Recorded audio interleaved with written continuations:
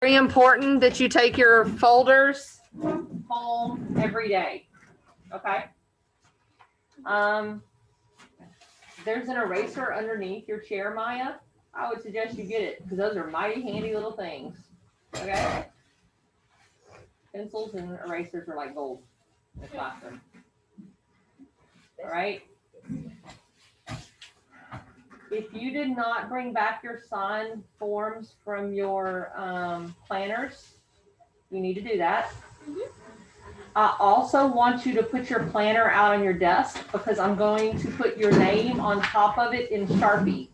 I did that with my homeroom students. I'm going to do that with the rest of fourth graders because sometimes your notebook will be sitting somewhere and you won't realize that it's yours because your name isn't on the top in Sharpie. A name in Sharpie is a pretty cool thing to have on your notebook. Okay? And it literally takes me moments to do. I'm going to do the same thing before I write it on your notebook as I did with my students yesterday. I'm going to put, no, on the front, on the plastic covers where I'm writing it. Allie, on the plastic covers where I'm writing it. So I need you to close it and have it face up on your desk. I'm going to sanitize my hands before I handle the pen, which means I'm going to be having sanitizer on my hands when I'm handling your notebook. And as I'm walking around handling your notebooks, I'm going to be adding more sanitizer to my hands. The whole idea is that I'm not passing around germs. Got it? I'm not spreading my germs, and I'm not taking your germs from one student to the next person's notebook. Okay? Reason I'm being so careful, I think I mentioned this yesterday to your class, 3 Caddo schools are shut down for viruses, not just COVID. This is flu season, guys. Flu, cold, strep, other viruses, and COVID have shut down 3 Caddo schools.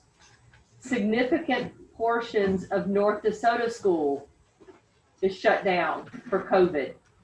Well, not shut down, but quarantined for COVID. Like, you know how they have sports teams?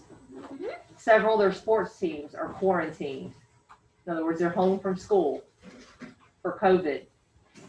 We are coming into Thanksgiving. Raise your hand if your family is planning on seeing family members they haven't for a while for Thanksgiving. That means you're going to be around new people and new germs thanks to Thanksgiving. There are rumors that Caddo schools might implement measures to try to prevent us from sharing germs after holidays. I'm doing all I can to prevent us from sharing germs. Okay? Let's all do our part. Let's keep our hands clean. The rate of illness in Keithville is lower than the rate of illness in the community. So we're doing something right, keeping everything clean.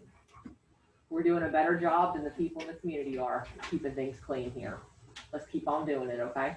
Except for the computers and laptops. But people aren't getting sick here as much as people are out in the community. So clearly keeping things clean, and by His grace, we're staying healthier here than we are else out in the community.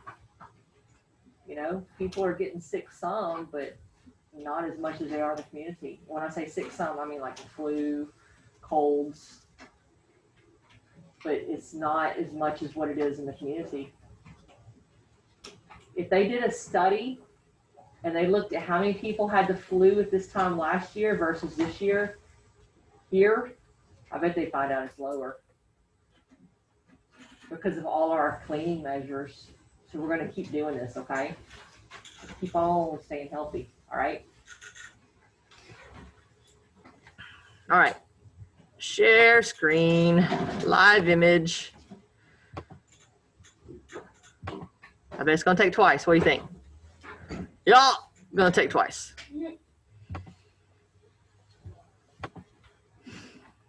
Okay. So this and this is our source set. if you have one that looks like one page, it's actually front page and back page. Okay. If you get one that's stapled together, it's. Hold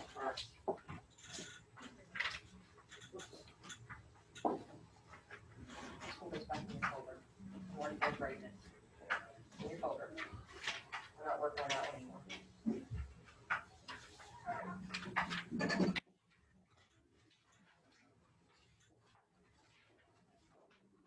Okay.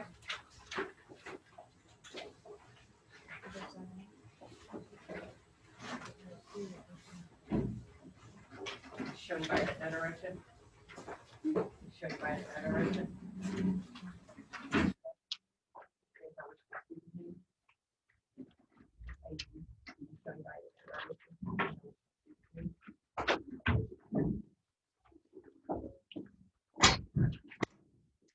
They should be back tomorrow, by the way.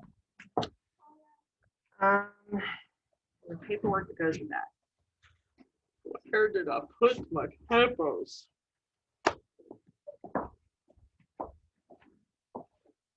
There's so many papers.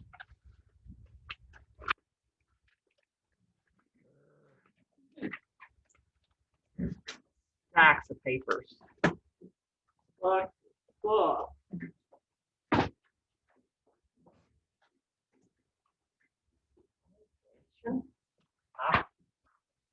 There's a big. Here they be.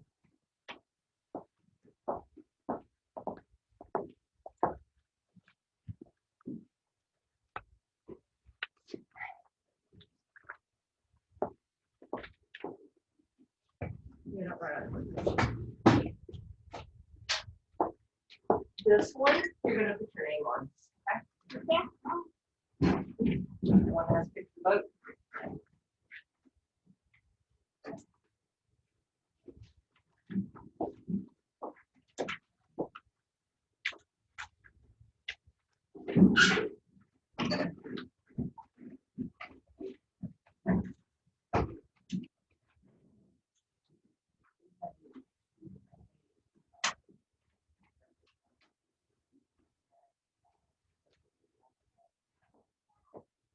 Which is another point I need to make. If you guys ever try to contact a teacher on Facebook, we are not allowed to have any contact with a student on Facebook ever, not until that student is like out of school, graduated high school. Kind of thing. Like we could get in legal trouble for it. I had a student, the one who actually painted that painting, contact me a couple weeks ago and say, "Do you remember me?" You know how badly I learned to say, "Yes, I do. I still have your painting. I still remember you fondly." I would love to contact for that, but I'm not allowed to. I have to sign a paper every year stating I understand that if I contact a student or have any contact with a student outside of school, especially on social media, I understand that can be possible. We cannot have contact with students, especially on social media, because it can be taken the wrong way. Even if nothing nefarious is going on, it's the look of possible impropriety. Okay, so don't think that a teacher's trying to be rude by ignoring you. That's not it at all. It's a legal thing. Okay.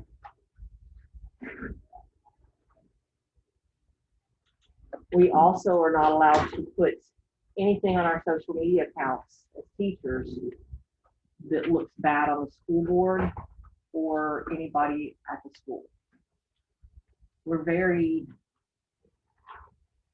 allowed to do a lot of things, but there are some things we're going to do. Okay. We're also not allowed to post anything political because we are representatives of the school board, which seems weird that we're not allowed to express ourselves politically.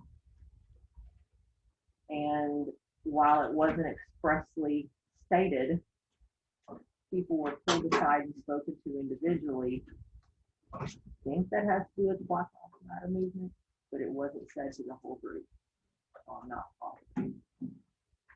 it was something that kind of got weird with us beginning of the school year. Right? So being a teacher, we're bound by high professional standards that sometimes don't make sense, but they are what they are. Okay. All right. Challenges faced by early explorers. Okay. I did look up Christopher Columbus last night. I don't know that it was this class that I said this to, but I always want to make sure that I'm giving my students the right information.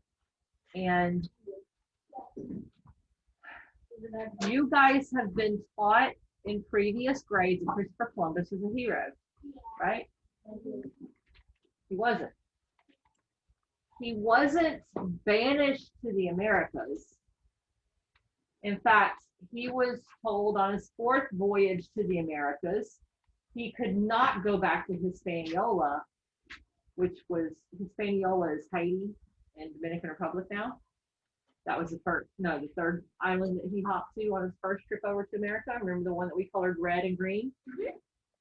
So on his 4th trip, he was told he absolutely could not land there because on his first trip, when he landed in Haiti, there was a very friendly tribe there named the Tainos. Tainos, Taino. Very, very friendly people. He said these people would be very easy to subjugate, take over. Okay, that's what he did. He took about 5 of them back, which is not a lot of people, but still, those are people who took their freedom, and that's not okay. He took them back with him to Europe, and the monarch said, "That's not what we want. That's not what we sent you for. It's not your job." He also took back corn, he took back pineapples, he took back various products with him. And on his subsequent, which means later, trips to the Americas, he started doing really bad things, and we're going to look at pictures of what he did. I believe it's going to be Monday or Tuesday. We're going to look at pictures of what, because pictures tell you a lot, don't they? Mm-hmm. We're going to look at pictures of what the Spanish did, not necessarily what Columbus did, but what he and other Spanish leaders did, how they conquered people.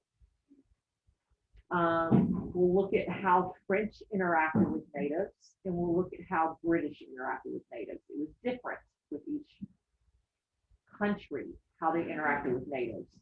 Goodness, it was different. Spanish were brutal.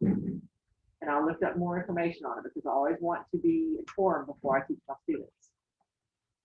Columbus was very much disliked by Spain because, and he even admitted, what he was doing to the natives in the Americas. He wasn't banished to here.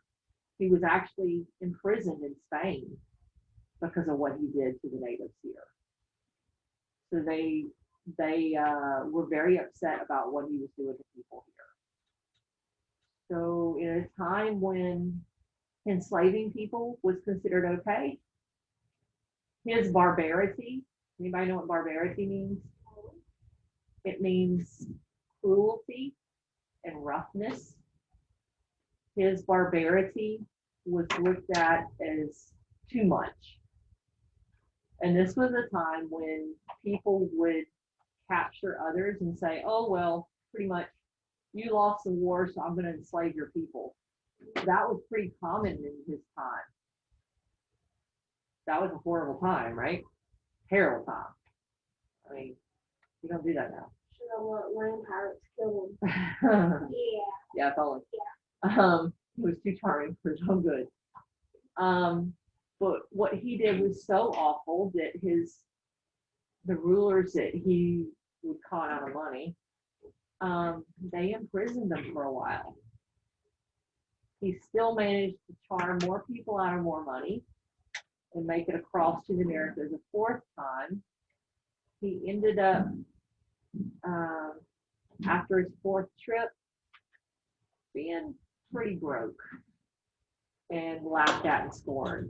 So while he wasn't banished to the Americas, he didn't exactly die a well-liked person. But the Spanish in general, the way Spanish treated Native Americans was very harsh. And we'll see that in our pictures next week. There's going to be one picture we'll see, and it explains a lot. I showed Colby last night, and Colby had seen it too. You remember studying it before too. And that will explain to you why in the map we did yesterday, if I don't have a copy of the map, you guys do now, don't you? Right?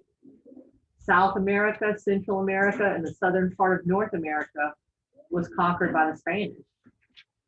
It had to do with how brutal they were in taking over land and people. Right? That's why they were able to take over so much land. All right, so let's get to this. Because Europeans, while, especially the Spanish, while they were brutal in what they did also face a lot of challenges getting to the Americas. Can you guys recall why it's called the Americas and not America? North America and South America. When we say America, we just think the United States, no. But it's not the United States. You've got all these countries in the Americas.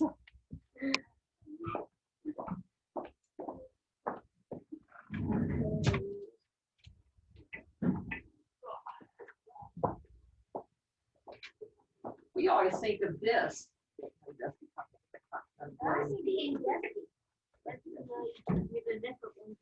Well, Dusty with a whole bunch of bleach. Enjoy some bleach with your dust. I have no idea. I had to get out of here as soon as school ended. A cardiologist appointment. That's why Mr. Howell, when he saw me, he goes, "What kind of date are you going on in that dress?" I said, "A date to go see my cardiologist. I'm that old." All right. So when we say America, we think United States of America, right? But America includes Canada, United States, Mexico, Guatemala, Nicaragua, Costa Rica, Panama, all of the countries in South America. Look at all these countries that make up America. We're just one country. We're just one country in the Americas. That's why it's called the Americas. It's a bunch of countries. Everybody get that? It would be kind of like you thinking you're the only student in this classroom. Not true. There's a million of us courses. Or you're the only fourth grader. Not true, right? There's a bunch of fourth graders, right? Just like the United States is not the only country in America.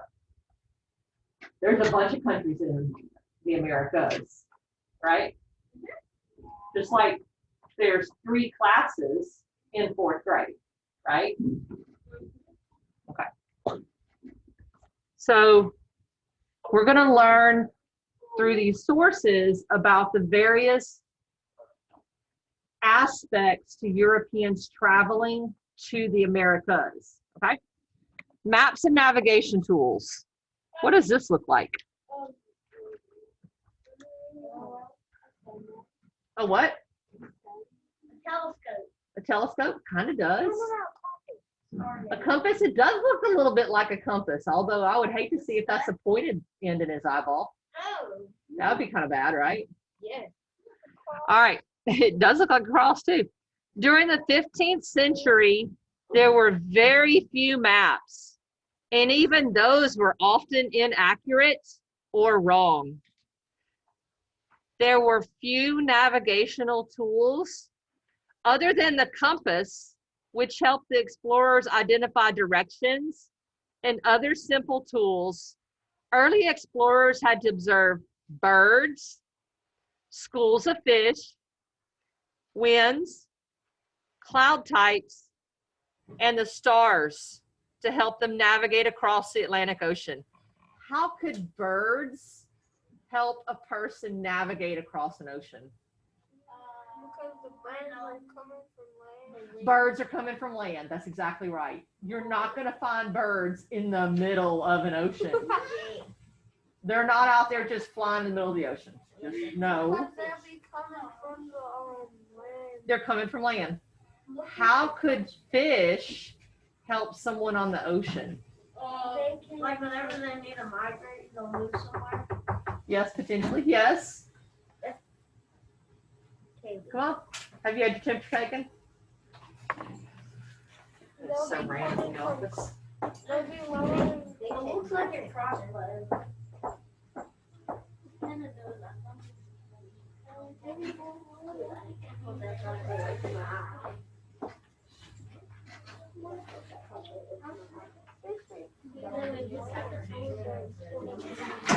Okay, so anybody know anything about how whales travel? Okay. So do they travel just randomly, or do they have certain pathways that they take? They use their voices, but do they use certain pathways they take? Yes. So certain times a year, they're found in a certain place, right? Yes. What about schools of fish? Are they found wherever? Yes. Yes. No. No, No. They're kind of close by land. some of them. And then you have other fish that are only found in shallow water, correct? Not sure what you're writing, Michaela, but I need you paying attention, okay? Not Kayla. So schools of fish could help. Haley. Schools of fish could help people navigate the ocean depending on what kind of fish it is. Because it might be a shallow fish. So it would Right, because of the way they migrate. All right. Winds could help them because, believe it or not, the wind's blowing. depending on the way it blows. That was actually studied, and they knew that northerly winds would be found in a certain area of the ocean. Easterly winds would be found in a certain area of the ocean. So they knew depending on the way the wind was blowing, they would know in what region of the ocean they were in. Okay. Cloud types. That would help them because like the hurricane's coming, they better get somewhere close to land. Yeah. You don't want to be in the middle of the ocean if a hurricane comes. Yeah. I read a report from Christopher Columbus on his fourth voyage where he got stuck close to land with a really bad hurricane. That's what you get. And yeah, that's what he got for it. Yeah. That was, he said that the men that were with him wanted to just die. Yeah, I wanted to die too. I didn't want to be stuck there with him. Unfortunately, he survived, but other people did not. Oh, And they used stars to help them navigate. The North Star is Oh. still a commonly used star for navigation. That's smart. It's still used. So those were tools used because they didn't have GPS. They didn't have satellites. Yeah. Okay? So many of the early explorers ended up lost. How could it end up being lost in the ocean be a problem? You could die because you didn't have fresh water, correct? That would be a death sentence, getting lost in the ocean. You'd run out of supplies. Or at the wrong location. For example, Columbus sighted Cuba, which he thought was mainland China. And in December, the expedition landed on Hispaniola, which Columbus thought might be Japan. It's called Haiti. Yes, now it's Haiti and Dominican Republic. Okay, so what we're going to do, guys, is we're going to do this one together, which is source 1, and we'll do source 2 together. Then you're going to do, I'll read source 3 to you and point things out, but you're going to do the notes on source 3 alone and source 4 alone. While you're doing source 3 and 4 alone, Kaylee, go ahead and pull out your notebook. While you're doing 3 and 4 alone, I'm going to go around and write your names on your notebook, okay? Wait, I don't think she got a planner yesterday. You didn't get a planner yesterday, Kaylee? She wasn't here. What do we put here? We're going to do that together. Okay, so source one. Please stop talking, my friends. I'm going to zoom in a little bit. Stop easy talking. We're looking for their challenges. So early explorers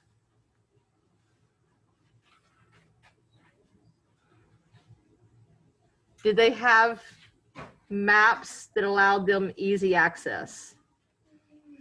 I'm going to put this back up for a refresher. Yes. They did have maps, but what was wrong with them? They couldn't, like, tell. What does it say about the maps? They were often inaccurate, right? Yes.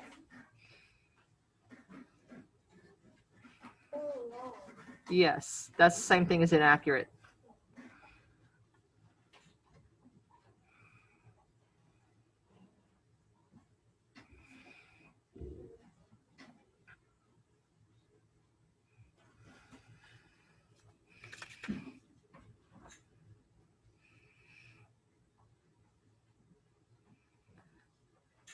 What does it say about their tools? And had few navigational tools.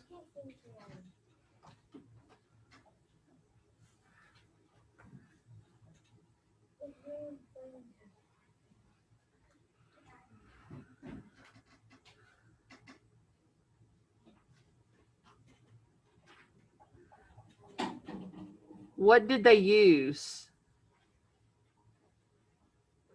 to help them?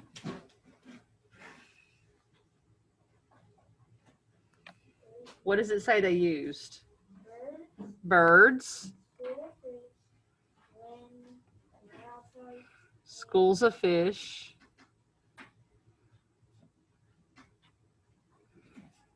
Winds. Cloud types.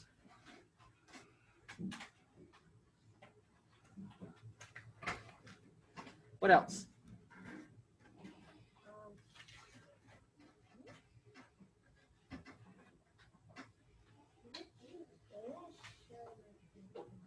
Birds, schools of fish, winds, cloud types. And the stars. And stars to find their way.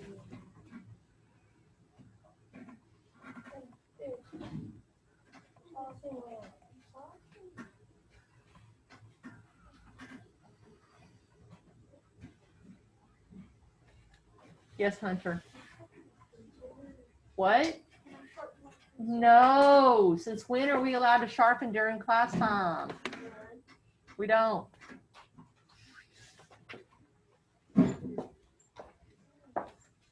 I have pencils, but they're the only ones that have any sharpness to them are little.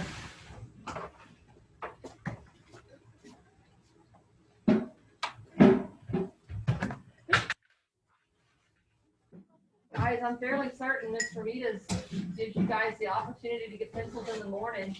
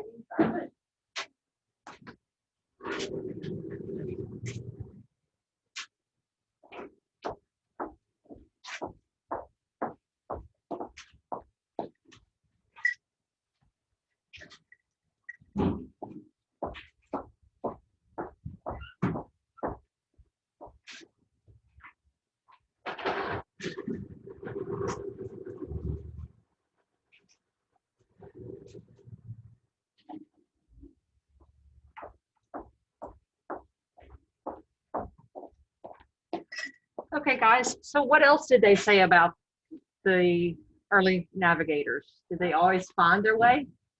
No. No. So what, how can I word that? They don't always find their way.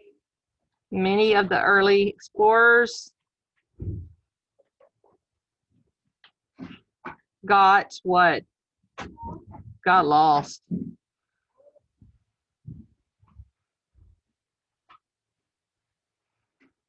And did not find their way.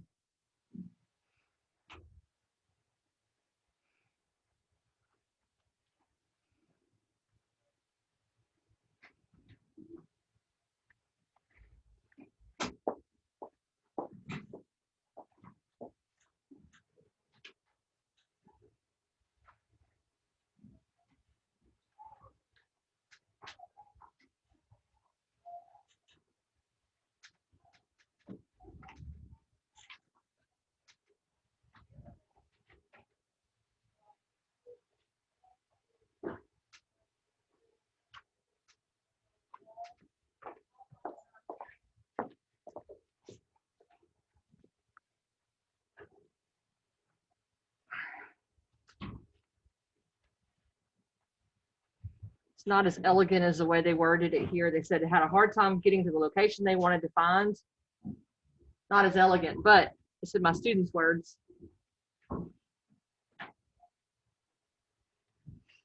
Okay, let's get to our second article. Okay. Source to supplies. Okay. The Spanish wanted to find a trade route to the Far East, known as Asia. Explorer Christopher Columbus thought that he could sail west across the Atlantic Ocean to China. Rough seas and ferocious storms sometimes slowed them down or blew them off course, adding weeks or even months to their journey. Actually had a lot to do with the winds that added a lot of time to their journey. There were not enough supplies on board to last more than a few weeks. Think about it. If you had a big boat, you had to have a lot of men to work those sails because there were lots and lots of sails. They didn't have motors and engines and such on it. You had to have sails. So you had lots of men to work those sails. So you had to have lots and lots and lots of water to supply those men, or they would literally thirst to death. And then you had to have lots of food to supply those men. So if the winds did not blow properly, the boat wouldn't go at the speed they needed. And if they didn't move fast enough, the supplies wouldn't last. To supply enough food and resources on a boat was very expensive. So explorers needed to find ways to fund their expeditions. Columbus asked the Portuguese, do you remember me showing you where Portugal was on the side of Spain yesterday on the globe? It was that small country. No? Okay.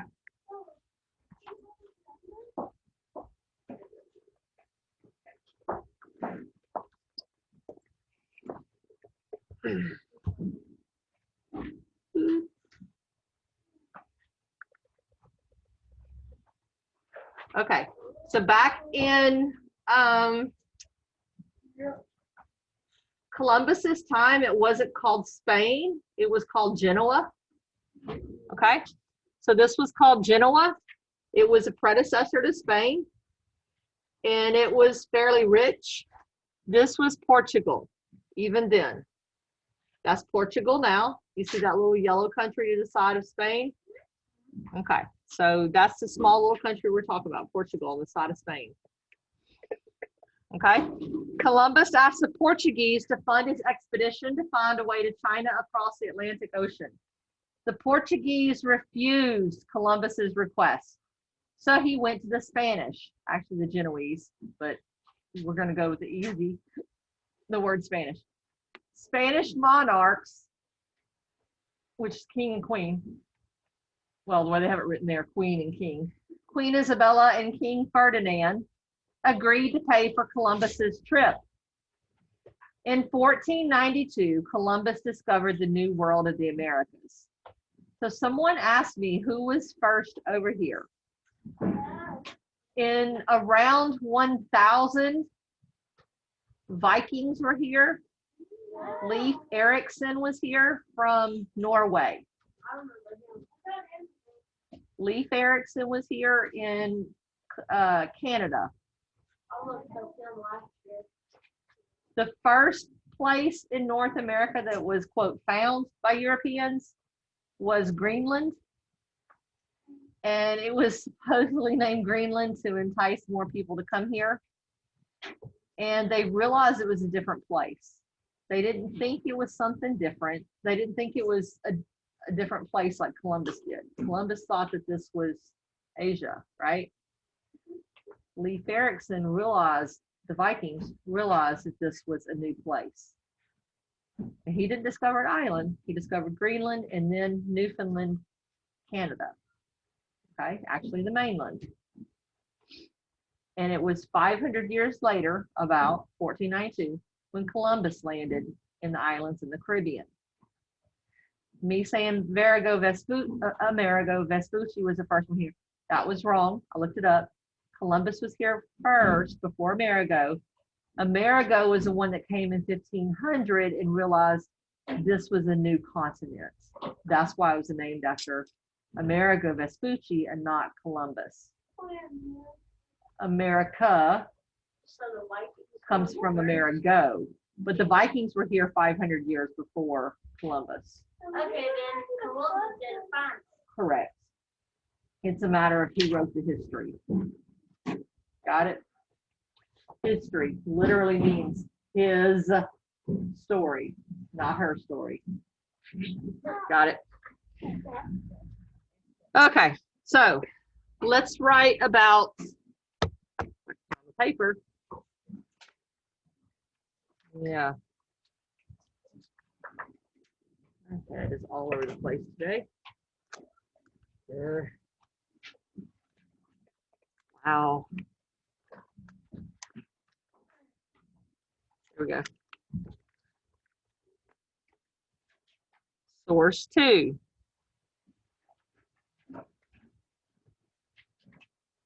All right. So what did we just learn about challenges faced by early explorers in source 2?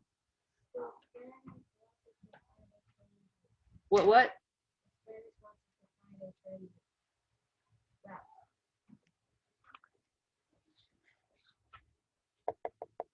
This right here, source 2.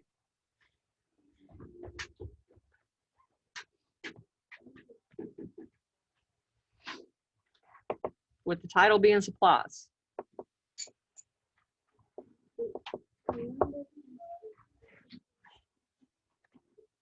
Main ideas from this article.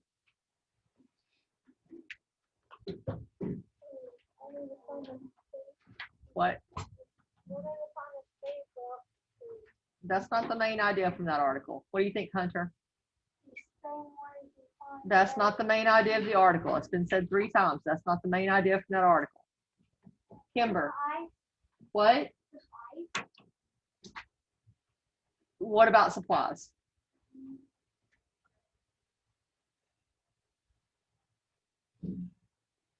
Guys, what did that article tell us about supplies?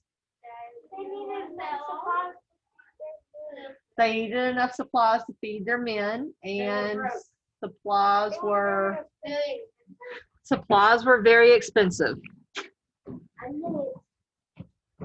Supplies were very expensive.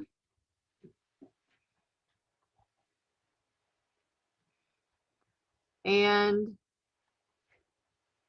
they needed them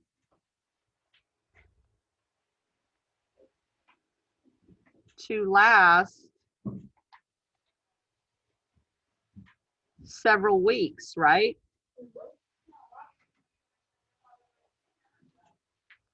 For all their men. A year. It didn't say year. You get your information from the text. Look at your text. Supplies were very expensive and they needed them to last several weeks for all their men. What else does it say? Where did they get their money? From the queen and king. Okay. Monarch. Explorers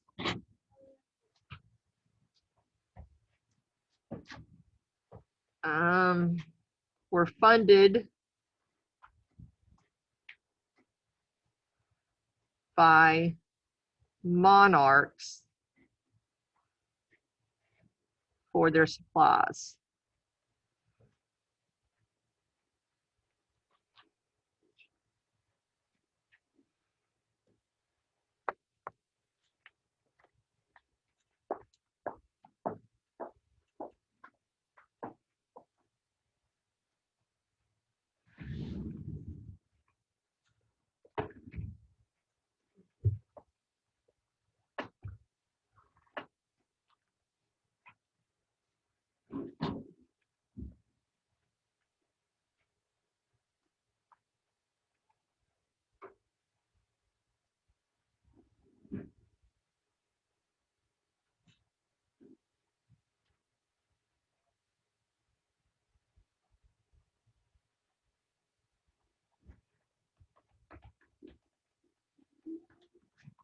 Stop for the dancing feet.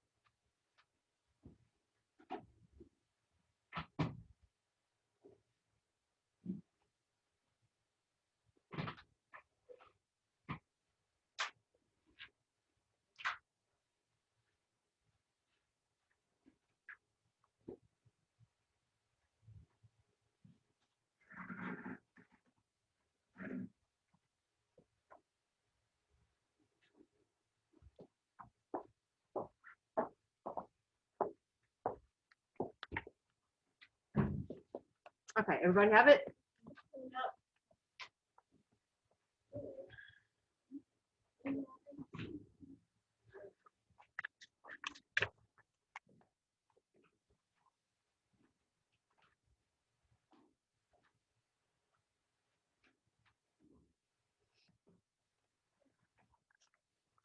All right, turn to the back of your page.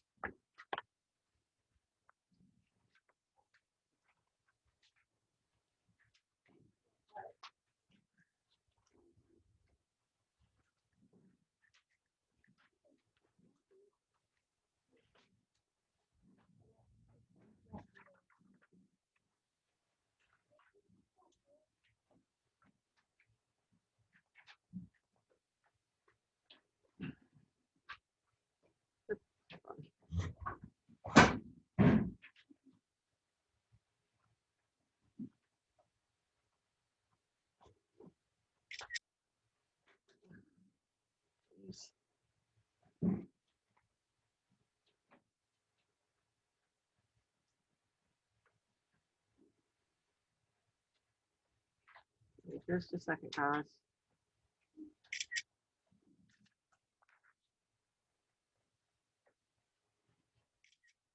Okay.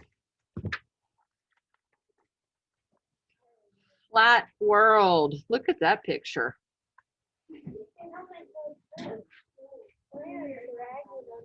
Okay, so little background. We'll read this.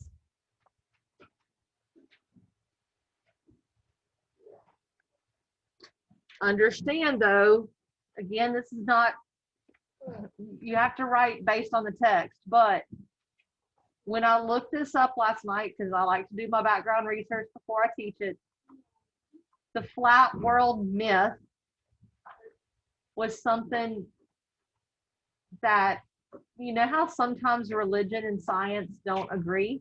Yeah. That's where the flat world myth came from. Some people in religion in the 1400s said the world was flat. Scientists and those that were, I don't know if cartographers are the right word, but sailors, the ones that would be leading the boats, not the guys necessarily that were working in sails, but people like Christopher Columbus, most of them knew the world was round, obviously, because he talked the king and queen into funding him going west to end up going east. Okay, so when it says flat world, not quite true about many sailors believing the world was flat. Christopher Columbus would not sail west to end up east if he thought the world was flat. He wasn't trying to commit suicide by falling off the earth.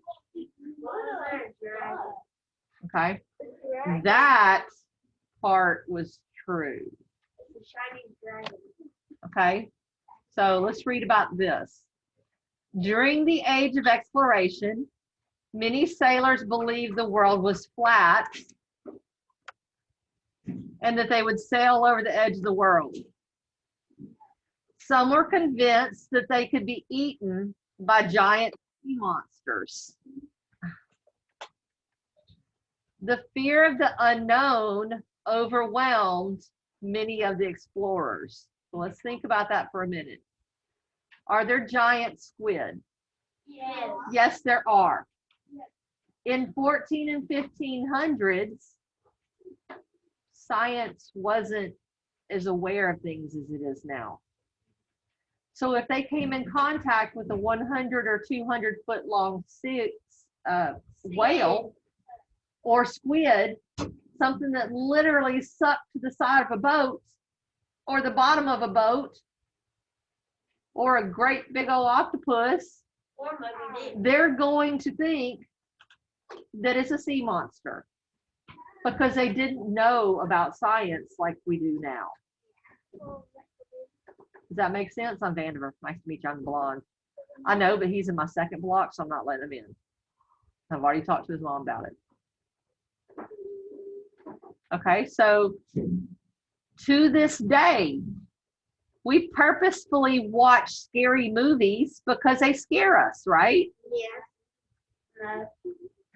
There's a fear to this day of the unknown, right? We don't know what's in the dark, therefore things will scare us more in the dark, right? There is an inborn fear of the unknown. Even our animals are scared of the unknown, right?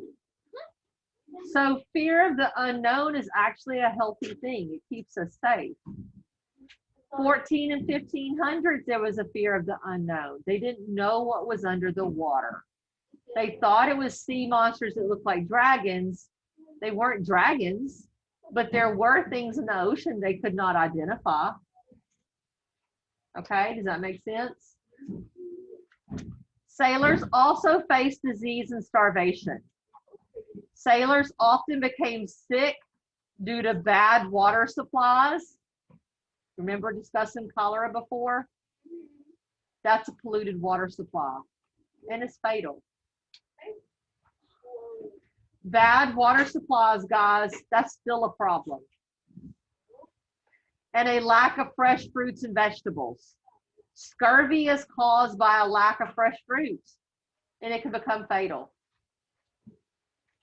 When food supplies ran low, sailors were forced to eat rats or sawdust.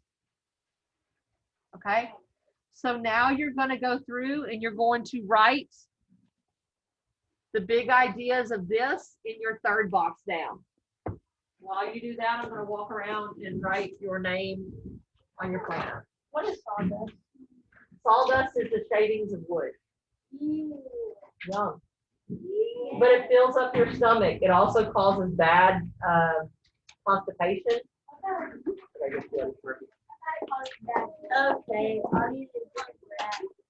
It's called bleeding of the intestines. All right, not talking, working.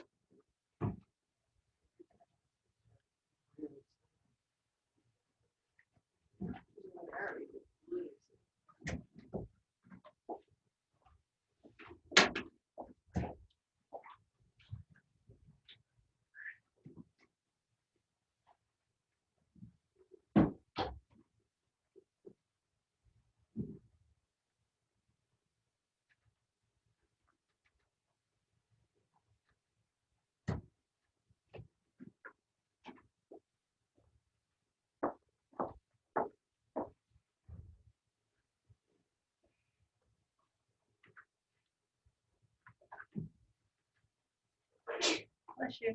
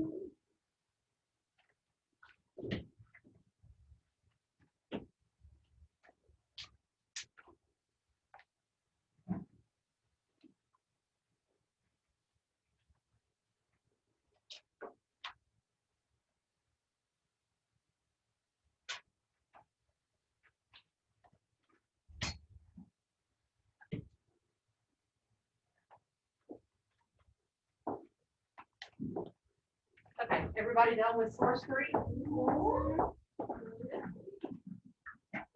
go around right everybody's name on.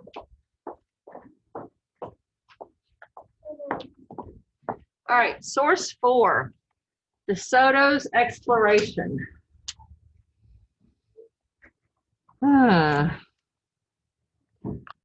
He's a interesting loon. In the spring, DeSoto led his men north through Georgia and west through the Carolinas and Tennessee. Okay, so look, DeSoto started off in Florida, went north through Georgia, through the Carolinas and Tennessee. Guided by Indians, so he would ask people to help him find his way, and then he'd take them captive along the way. Wow, that's neat. Hey, come help me find my way, and then kidnap him. Yeah, he's sneaky. Nice guy, right? So nice. Hey, come help me, I need help. Okay, now you're mine. I only now. Oh, and it only got worse from there. With no success finding the gold they sought, the Spaniards headed back south into Alabama. So he's got him here.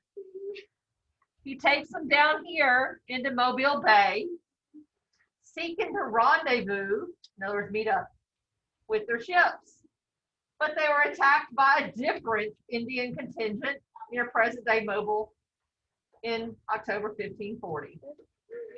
In the bloody battle that, in the bloody battle that followed, the Spaniards killed hundreds of Indians and suffered severe casualties themselves. So here's what happened. Here, come help us. Now we kidnap you. Now, come protect us. We're going to throw you out in front and let these other Indians attack you now. It's a lose-lose for the guys. Completely using them. Okay? So, when you read a text, guys, you need to read it for all that's in there. They're putting it in big words, but you need to read it for all that's there. Because when you're reading it, I doubt you're understanding all that's in there. Rendezvous with their ships, but they were attacked by an Indian contingent near present-day Mobile in October 1540. In the bloody battle that followed, the Spaniards killed hundreds of Indians. They didn't worry about which kind of Indians they were killing. Hey, they don't look like us. Let's kill them. It doesn't matter if it's the guides that they took captive. No, they don't look like us. Kill them anyway. And suffered severe casualties themselves. So the Spaniards lost some people. Yes. But overall, I'd say the Native Americans were the ones that were pretty much slaughtered. No. Every way around. Yeah, they were sacrificed. Like the French and Indian Wars. All right, so write about source 4. Yeah, like I said, the Spaniards, pretty brutal.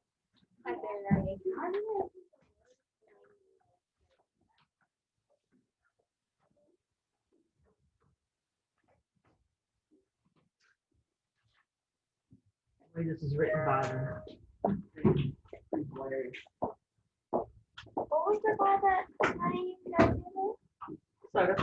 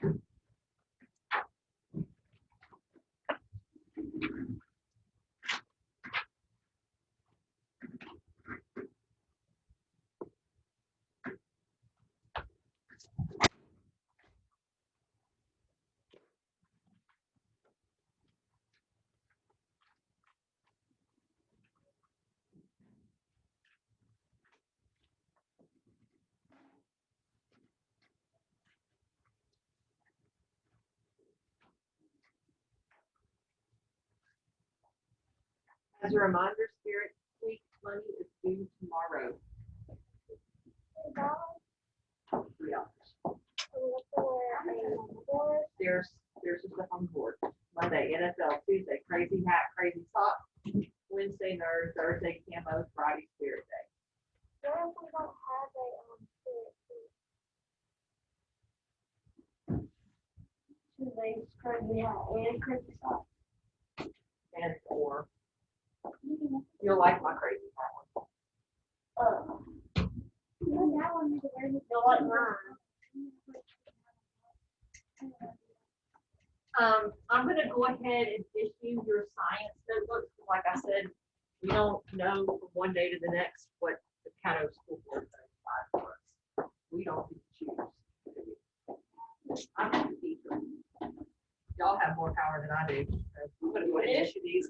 Don't lose these. Do not lose these. Keep on looking at. Do not lose these. Kaylee, looking at you. No, I'm not looking at it.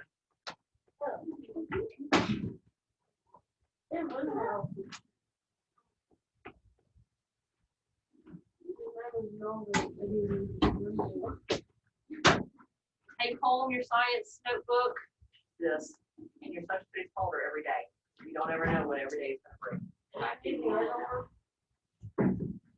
No, you don't need the other one anymore. No.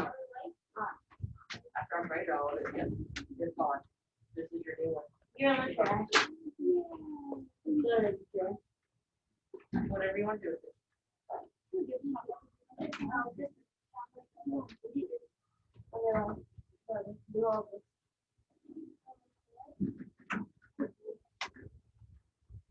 That's still a right to do. It's not cute.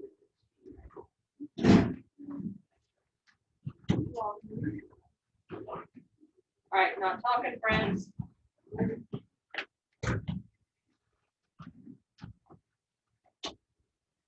Technically, you're supposed to write a paragraph, but I'm so tired of writing paragraphs. Sorry to be lazy.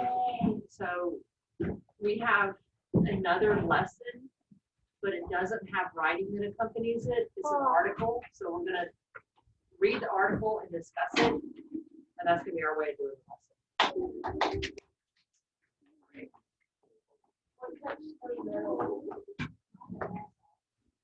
We're doing that today, so try to get these issued also. That's kind of day. That's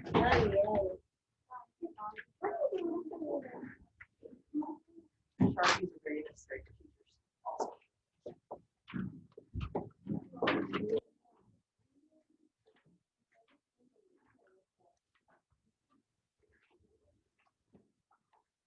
Look at it now, because you'll be drawing it.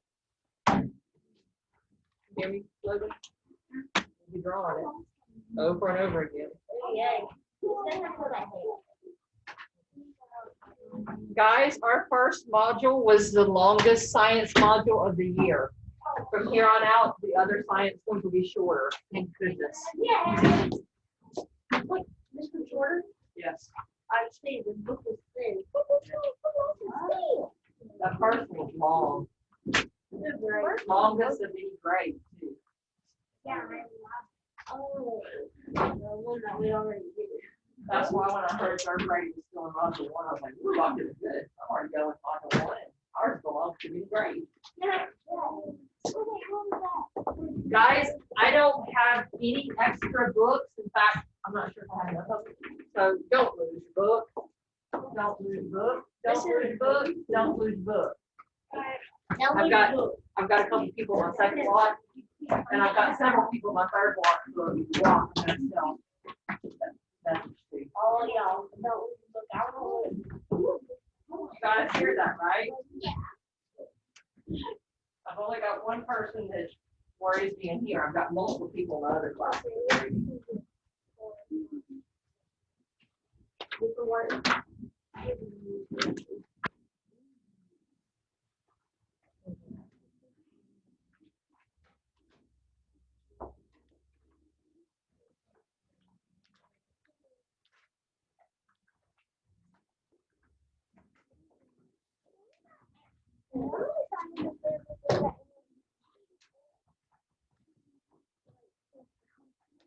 Okay, the only person that looks like she's not yet done is Allie. It looks like everybody else is done with all four of their plots. It's the whole meeting. Okay, so did everybody get their science notebook? Yes, ma'am.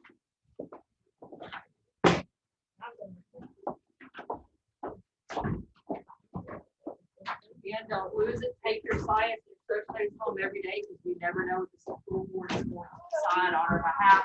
We don't make decisions. That goes away. Do whatever you want with it. Yeah. I prefer you do it at home though. That way I didn't see it.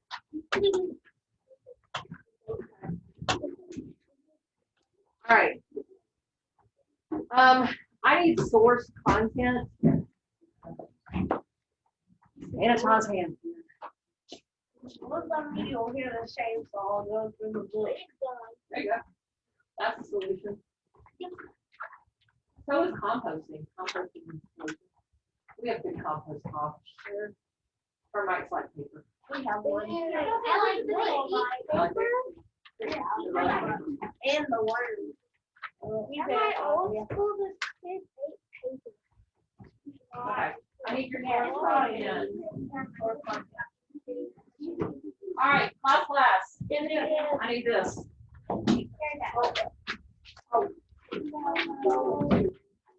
I need the talking to stop.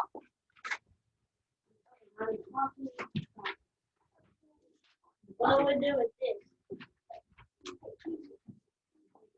Oh, I thought you told me grade. Right now, you don't have it.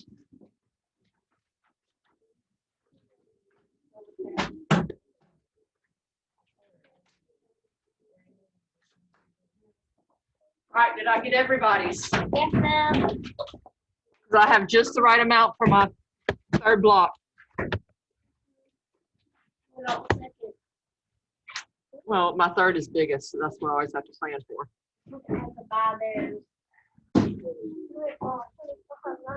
Not quite. Okay. I need the talking to stop.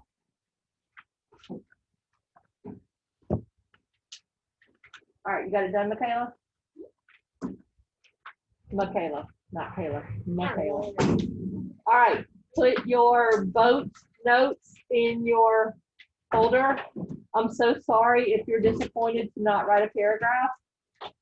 But if we have a problem with talking, I can assign you the paragraph. No, we're good? I'm really good. All right, hurry up. Have a seat.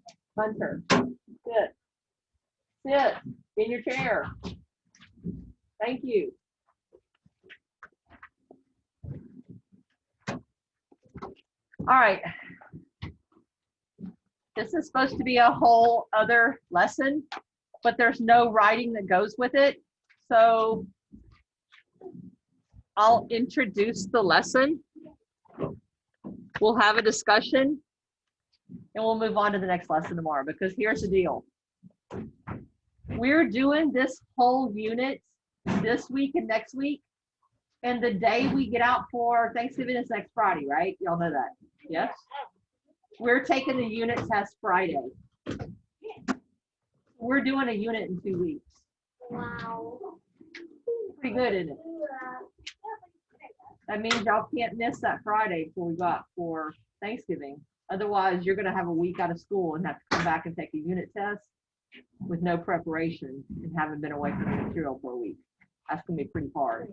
Yeah, so hard. And that's probably not going to do good things for your grade. Well, I'll be here. Okay? But that means we have to do our work every single day. We can't slack off and like we did 3 days to get that other assignment done. Okay? We have to do an assignment every day. Okay? Today we're doing 2. But this one's just listening and having a discussion. All right? Everybody's attention that way. Many European countries explored the world to discover riches in gold, silver, and precious goods. You remember what that precious good was? No, we already said gold, silver. What's this? Spices. In this process, oh, and I found out what the spice was that they really, really wanted, the one that was most valuable, pepper. I add pepper to everything, y'all. Black pepper is so good, and so is white pepper. If you've never had white pepper, oh, that's good. In this process, many of these European countries colonized the new lands that they had found. Colonization is the act by a more powerful country of attacking and taking control of another area, which then becomes known as a colony. So do you remember looking on the globe at how small Britain is? And they can't like throw more land in the water to grow their islands, can they? Right? Yeah. So they have to go out and do what to grow? They got to take over other areas. So they colonized other areas. Remember how we were reading the text about how they went over and their goal, according to our text, was to go out and colonize other areas to grow their land, right? Well, Spain and France, I'm pretty certain that was why they went out to get lands, but our text didn't say that yesterday. The French were very interested in the fur trade and purchased fur from and formed alliances with Native Americans. So alliances is like a friend, no, it's like a friendly business relationship. So, you know, when you see your parents go to Walmart and they talk and they're friendly with the person that's checking them out, that's kind of forming an alliance. That's all the time. Right. So did it look like the Spanish were forming alliances with Native Americans? No. So yeah, DeSoto asking people, Native Americans, to show him the way and then kidnapping them, is that forming an alliance with them? Oh. No, that is subjugating them. To subjugate means to take over people. Okay, that's different. The French formed alliances with, so they were nicer. Okay, French saw Louisiana as an excellent location to grow their trade with fur trade. By taking control of Louisiana, the French also took control of its wealth. The only country Louisiana could trade with was France. So Louisiana could not trade with Spain. Your pencil's on the floor. Whatever goods, trade, or money that was made in Louisiana was used to build the wealth, strength, and power of France. So was that a smart move on France's part to be friendly with the natives? Let's think about this. Yes. France came in and colonized a big chunk of America. Do you remember coloring in the map? all that red, that was a large area, wasn't it? It was a big area. Think about your map. If you need a reminder, look at it. It's right there. It was no, the Louisiana Purchase, that big red area. It's huge. Okay? That whole area could only trade with France. They were nice to the natives. The French were nice to the natives, but the natives could only trade with France. They could not trade with Spain or Britain. But they were nice to them. They didn't kidnap them. They didn't sell them into slavery. So it's like how colonists can only buy or sell. What's the biggest state? Like, We're not talking about states. We're talking about colonies right now, because the title of this is colonization. colonists. So I want you to look at your map. I don't have one of those maps. Look at your map in your folder. I want someone to pull out that map. Blue folder. Someone's map. Logan, bring yours. Thank you. All right, so this big area, all that is French colony. The French traded cooperatively with the Native Americans in that huge area. But all the natives could only trade with the French. They couldn't trade with the British. They couldn't trade with the Spanish. But they weren't sold into slavery. They weren't beheaded. Their hands weren't chopped off for not finding items and giving them to the Spanish. That's what the Spanish did. And heads and feet. We're going to see that in pictures. Yay! Yeah. Okay, so the French worked cooperatively. They traded on friendly terms with the natives in their area. So the French were friendly with them. But they got all the products that were in this area. So was that a smart move on their part? They got all the wealth of this entire region.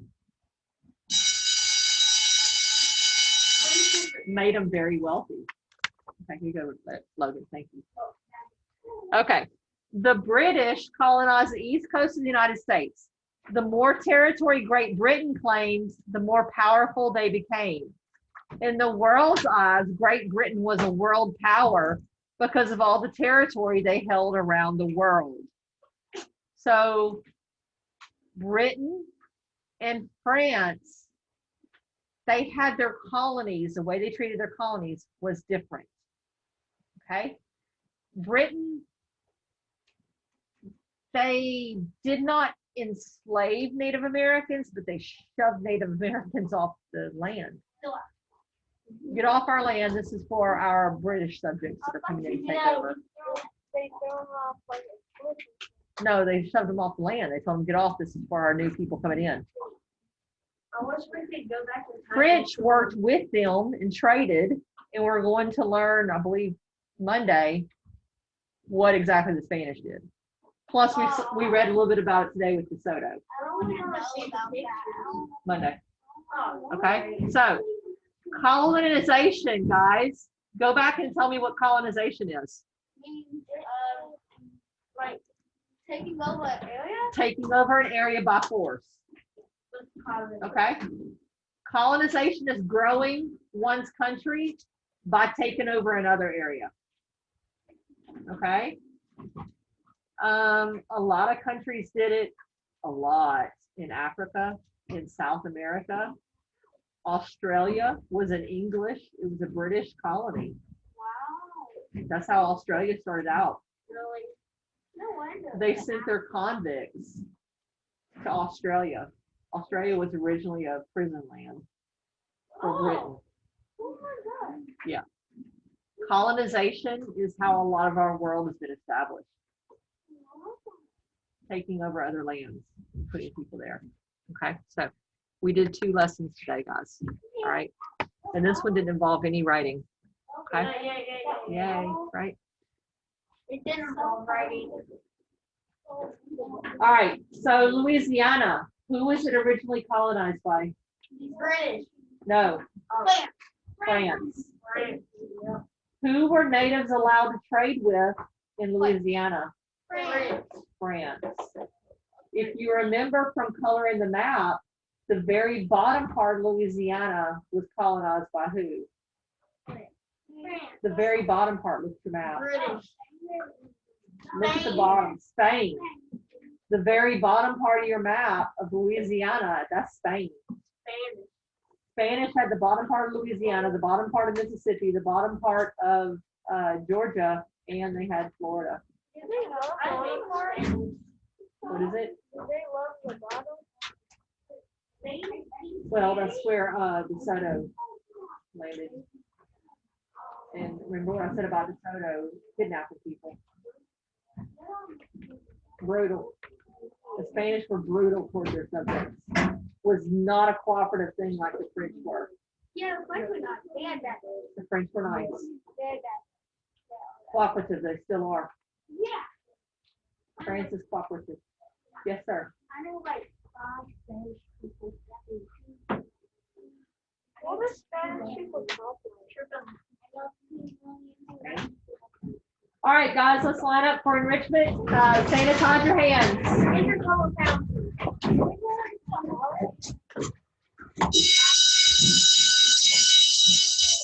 Art.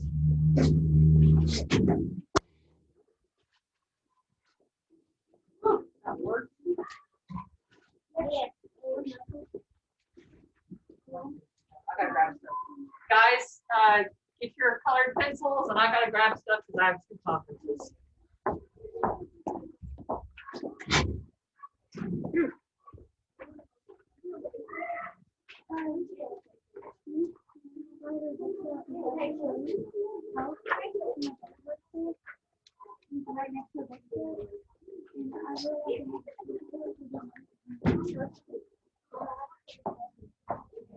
Awesome. That is wonderful. Okay, guys, I need you facing forward, mouths closed. Make sure you sanitize hands. Let's go. Let's go.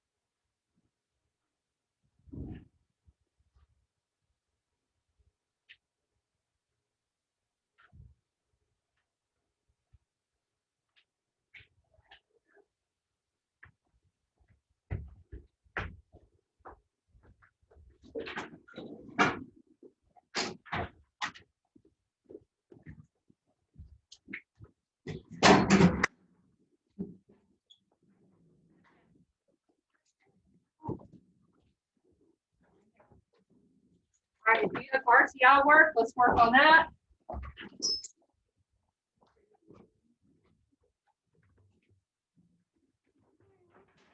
Uh-oh. Feels like something might have spilled. I have a lot of things to grade. So I have a job to do. Please let me do my job, okay? You have RTI work to do, yes? If anybody does not have RTI work, not talking.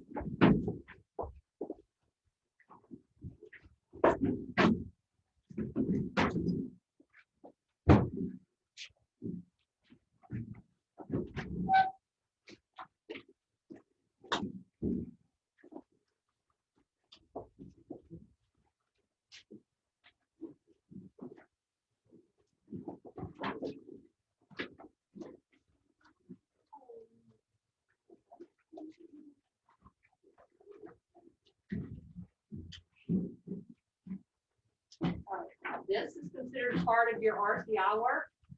You can work on pages 1 through 20.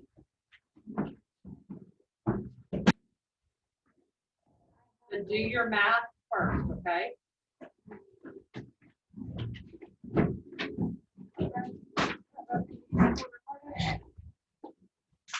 Do your math before you do this, okay?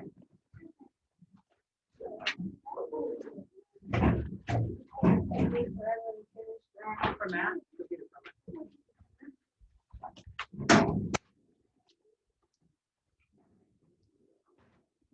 We're not working on that. That's not RTI.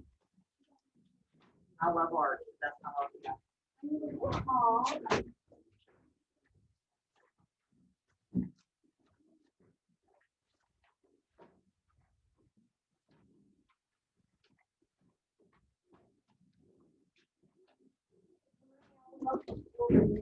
Logan. That's tough. Like it was very tough for me to learn that aloud.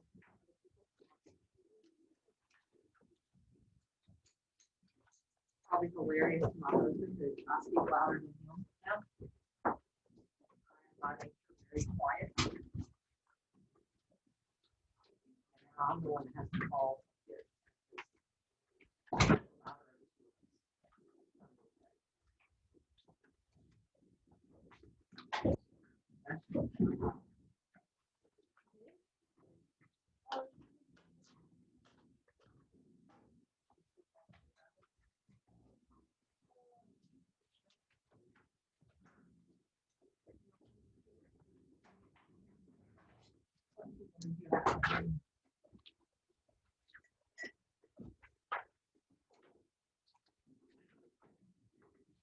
Remember, do your math first, then do this.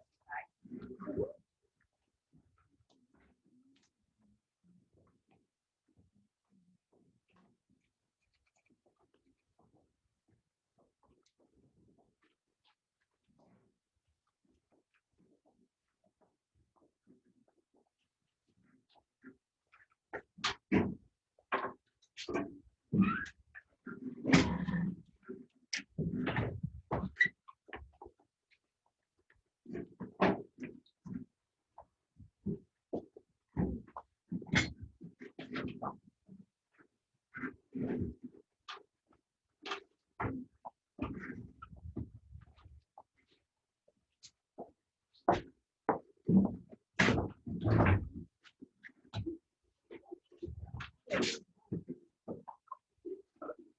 Here. I'm going to put here because this is here.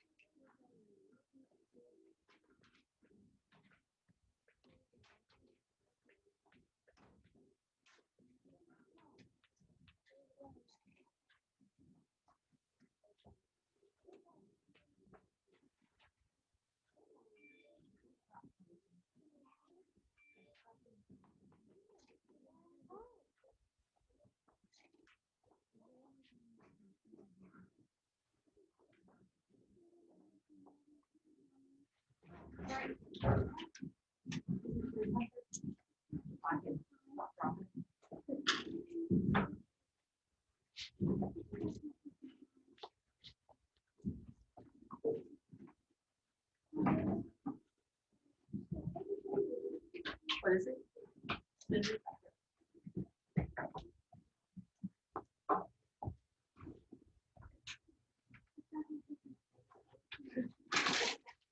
That sounds like a.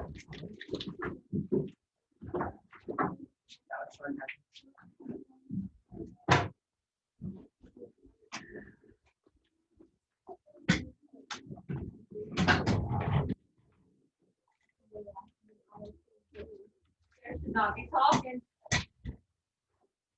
For my ones who like to talk.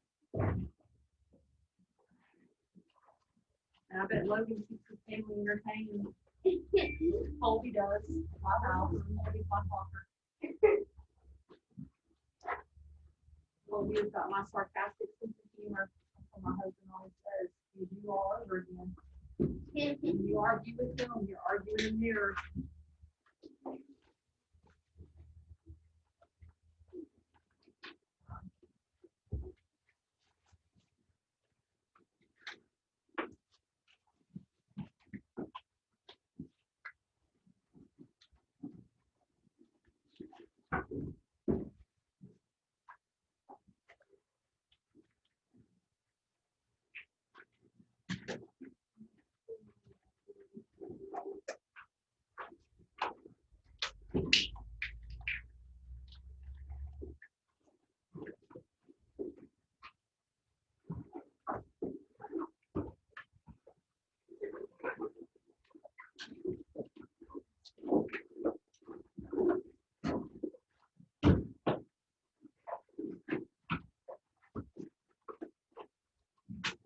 You here is an oldest child in the family. Okay. You want to get some trouble with? Yeah, the oldest. Yeah, I'm the oldest. Actually, Yeah, yeah, I trouble don't with? Yes. Not my family. The middle's the one that tries to stay invisible. The middle might be the other. Oh, yeah, middle. It's the middle.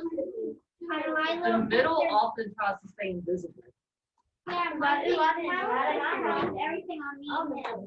You don't try to stay invisible? No, I can't. I try to. I'm the older. That's how little sisters are. This is the oldest. You are. I never had one. How about you're the oldest? Our middle just tries to stay invisible.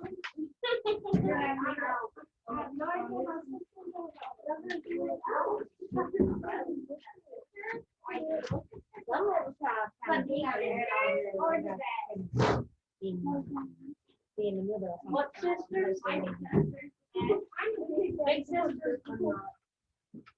I don't even know how big sisters. Okay, let's keep working. Work on these sisters, okay? I'm setting it over for all three classes. My 2-year-old.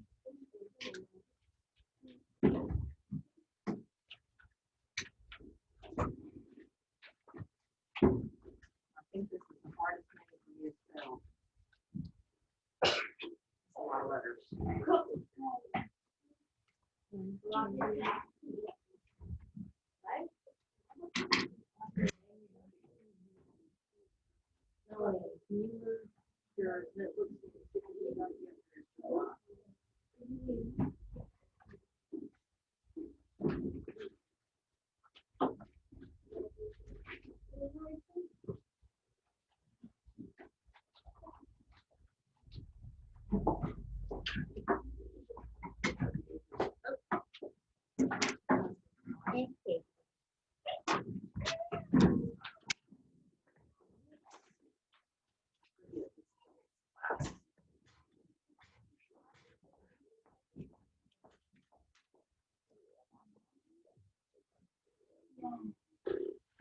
Okay,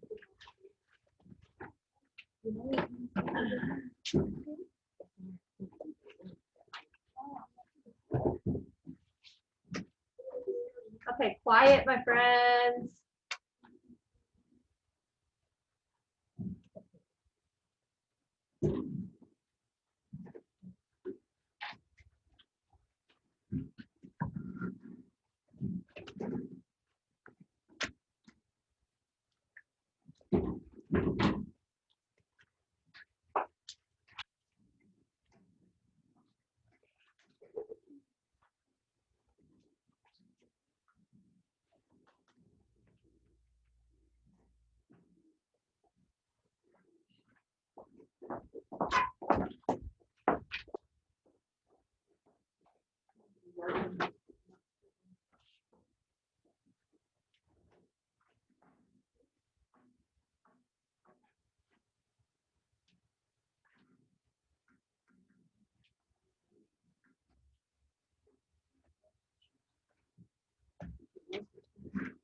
Just wait now.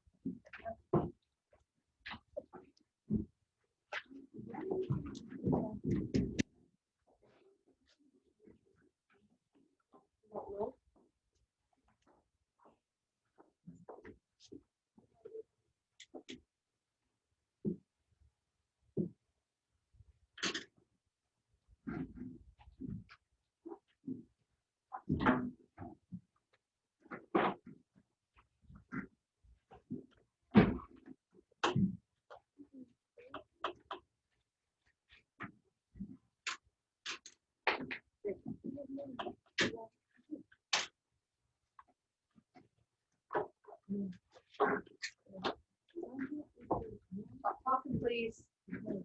Stop talking, please.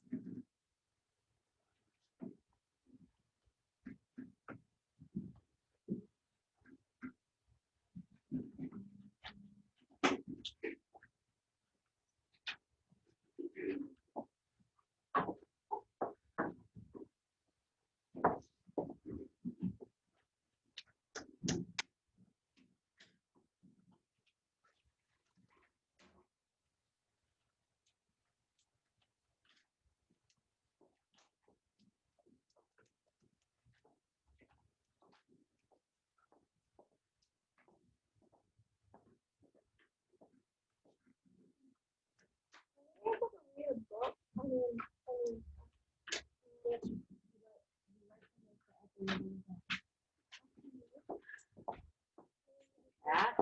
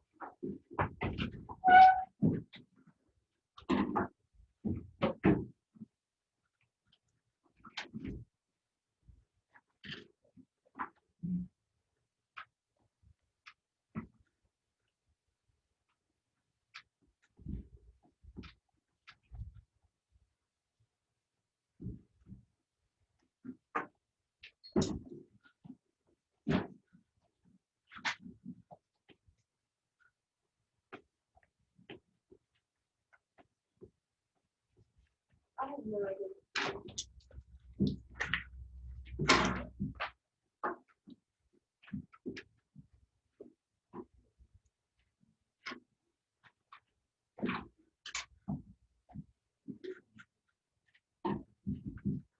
guys time for